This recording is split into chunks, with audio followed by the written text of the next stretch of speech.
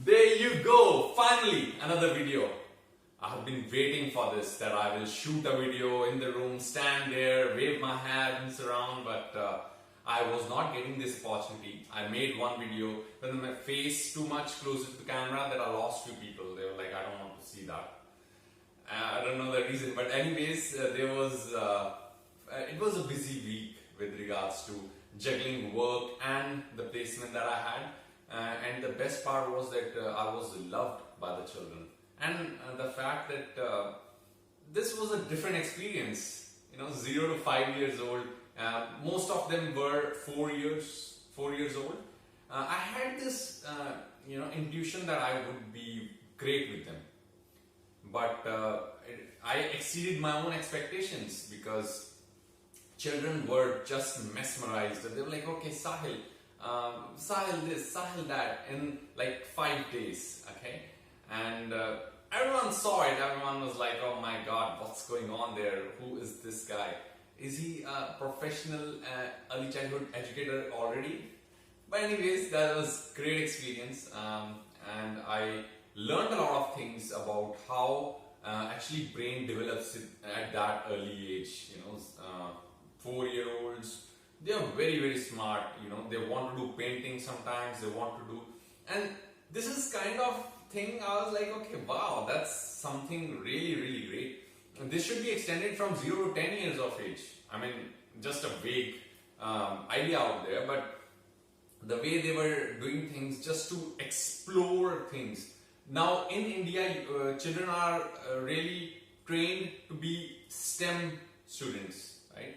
And that is the edge that countries like India or China have, or like other the surrounding parts, small countries as well, Indonesia, then you have Philippines, Korea. These countries are actually, boosting their STEM educations. But out of these countries, some developed countries also have that, aspect where they explore art. Now, Western part of the world, they are emphasizing themselves on art, right? And that is the reason why someone who's from Indian background and they see their child growing up here, they're like, oh, he's not learning anything here, and they want to send their child back home to learn something and then come back here. Now, this is one aspect where I see the differences of opinion, but it should be merged, and it should be merged in a way that has a great balance. Like I am for this part where they're giving this opportunity to explore them, for the children to explore themselves, because that will make them a full life, right?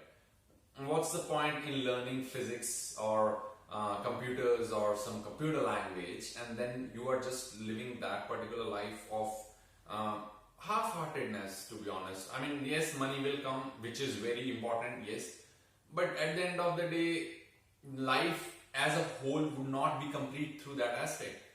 And that is a great learning to learn from there, how early childhood childcare centers are run. So it was great experience. I loved my time over there. Early mornings I was playing with the children and I was engaged all the time. It was pretty intense experience with respect to how mentors wanted some sort of ideas to be implemented over there. So one thing I saw there was this great early childhood teacher, right? Let's not name her, but then she had a really good hold over the class. But one thing I saw was, and yes, her as well as all around the center, they had this policy that when a child is behaving in a mischievous way, or if they are making some mistakes, they did this. And then they started staring, and then they started speaking in a grave tone. Now, in my head, I'm thinking, is that the way if we are thinking that children are capable, competent, and intelligent beings, they have life full of explorations and the wings they should be given.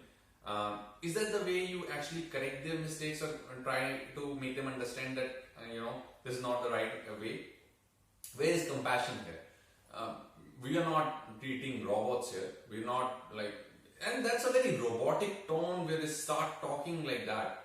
I was like, and this is a professional service where they are talking about exploration, creativity, And then suddenly when a child makes a mistake, he has done something wrong, they will put a hand out and they'll be like, stop this, don't do that again. I mean, they try to make them think they have some vocabulary there, that they ask them what they have done and what was wrong or right about it, right? What would I have done? I mean, yes, I was not in their shoes. I have not worked for long enough. I'm an outside commentator yet. But at the end of the day, I think compassion and that understanding was missing. I understand they are doing their job, they're getting hourly paid over there, they don't have that sort of responsibility where they should go and understand the psychology of a child. But I have, some hand on psychology as well, and I think I can actually do that. Understanding, and